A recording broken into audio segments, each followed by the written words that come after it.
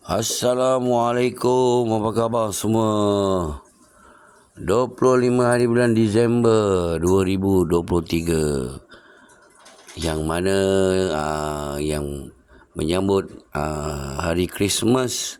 Selamat menyambut hari Christmas, okey? Kerana channel ni ada banyak bangsa yang mengikuti kita.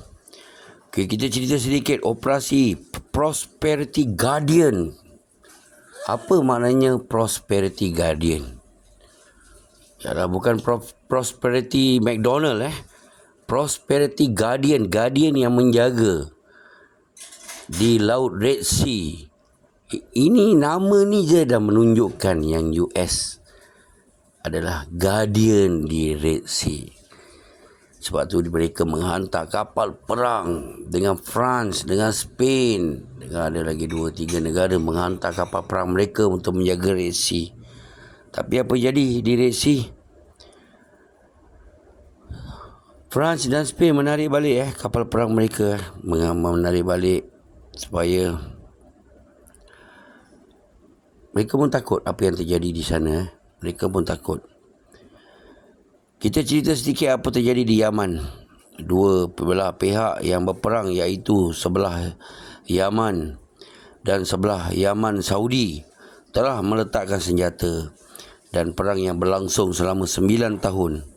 Dan ini adalah berita baik Iran dan Saudi telah berjaya berhentikan perang di Yaman. Alhamdulillah, ceasefire. Dan bolehlah lepas ni mereka fokus untuk bantu antara satu sama lain jika US dan NATO nak menyerang Yaman. Dan US dan NATO tidak akan dapat menang dengan senang di Yaman. Dan Biden White House pula melihat Spain dan France telah menarik balik kapal perang mereka kerana France dan Spain akan hanya menyerang Houthi bersama-sama NATO. Ini adalah kata France dan Spain. Yang Houthi bukan calang-calang musuh. Kenapa 9 tahun perang Saudi dan Yaman mereka tak dapat diselesaikan? Kenapa mereka tak dapat menyelesaikan masalah Houthi ni? Dan sekarang Biden White House telah menggunakan taktik baru dengan mencuba berbincang dengan Iran untuk meminta Houthi berhenti mengganggu perjalanan kapal laut di Laut Merah. Dan pasti Iran akan kata begini saja: Houthi hanya akan berhenti mengganggu jika Israel berhenti menyerang Gaza. Dan teman-teman, agak menarik yang Houthi di Red Sea dengan drone yang murah, teman-teman. Ini adalah semua warship US dengan aircraft carrier. US dan ally pertaruhkan di Red Sea terpaksa dibubarkan. Dunia bukan bodoh dengan apa terjadi di Israel sekarang. Dan bukan saya saja yang mengikuti perang Ukraine. Mana-mana perang yang US pernah ada selama 50 tahun ni. Perang Nazi Jerman, kenapa kalah? Kerana minyak dan kekurangan askar. Dan perang Jepun juga lemah kerana tidak ada minyak dan kerana bom atom US. Dan sekarang perang Ukraine juga kerana kalah dari segi ekonomi, dan Ukraine malah kekurangan askar. Dan sekarang mereka kekurangan bantuan dari negara Europe. Macam mana Europe nak bantu mereka sedangkan negara Europe sendiri menghadapi masalah ekonomi yang terlalu teruk.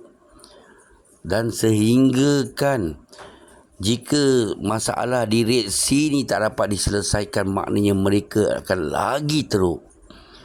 Sebab itulah mereka pun, pemimpin-pemimpin Europe, tertekan dengan apa yang rakyat mereka nak Israel berhenti berperang. Dan selepas ini kalau mereka teruskan juga perang Israel ini, teruskan juga perang di Red Sea ini,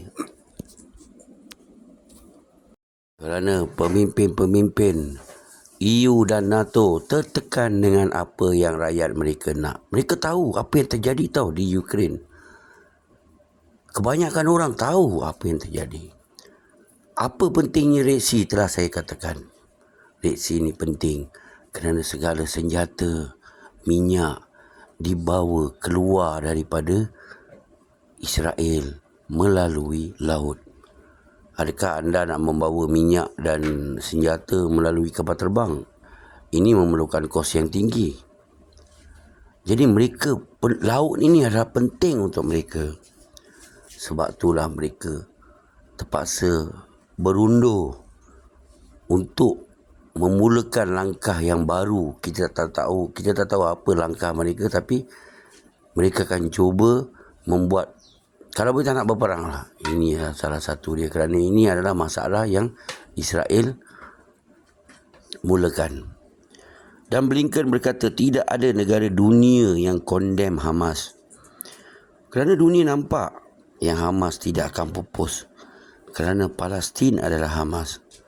Sebab itulah Hamas tak akan habis di bumi Palestin. Israel dulu dan sekarang dah berbeza. Dengan sebab itulah Hitler cuba halau mereka kerana mereka adalah penyakit. Dan walau apa yang berlaku sekarang, walau dua negara Israel dan Palestin tidak akan berlaku. Kalau mereka nak pun, dua negara Palestin Israel tidak akan berlaku. Kerana apa yang Israel lakukan sekarang. Di media US, semua media US dah di-conquer oleh Israel. Bukan saja media, Kongres pun. Sebab tu kita tak tahu apa yang terjadi di Palestin. Dan bukan hanya media juga, Kongres US juga. Saya tak nak dengar lah apa yang Hamas menyerang Israel dulu lah, yang 7 hari bulan itu. Saya tak nak dengar. Tapi kita tahu yang sebelum ini pun banyak juga askar Israel menyerang Palestin, betul tak? Dan apa yang US hadapi sekarang ini, paling besar adalah Houthi. Dan kalau Houthi diganggu, Hizbullah akan datang. Dan lepas itu Iran dan dunia Arab sekarang, dan dunia Arab akan membantu Palestin dan Houthi. Inilah apa yang US kena hadapi sekarang. Tanpa disedari mereka telah diserang oleh negara-negara Arab dengan cara yang kita tak perasan apa taktik negara Arab. Dan juga Houthi menyerang kapal-kapal yang berada di Laut Merah dengan 15 drone sahaja yang dapat dipatahkan oleh US carrier.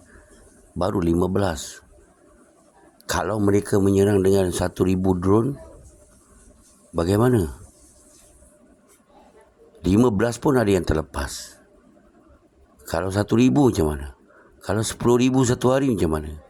Ini yang France dan Spain nampak. Ini yang France dengan Spain nampak. Bukan senang nak jaga Red Sea tu. Sebab tu mereka balik semula untuk memanggil askar NATO untuk bersama. Itu pun saya rasa tidak akan berjaya kerana rakyat-rakyat mereka tahu mereka akan kalah juga seperti mana mereka kalah di Ukraine. Dan Iran telah melancarkan dia punya hypersonic missile dia yang baru. Iran telah melancarkan hypersonic missile dia yang baru. Okay, saya bagi anda gambar dia.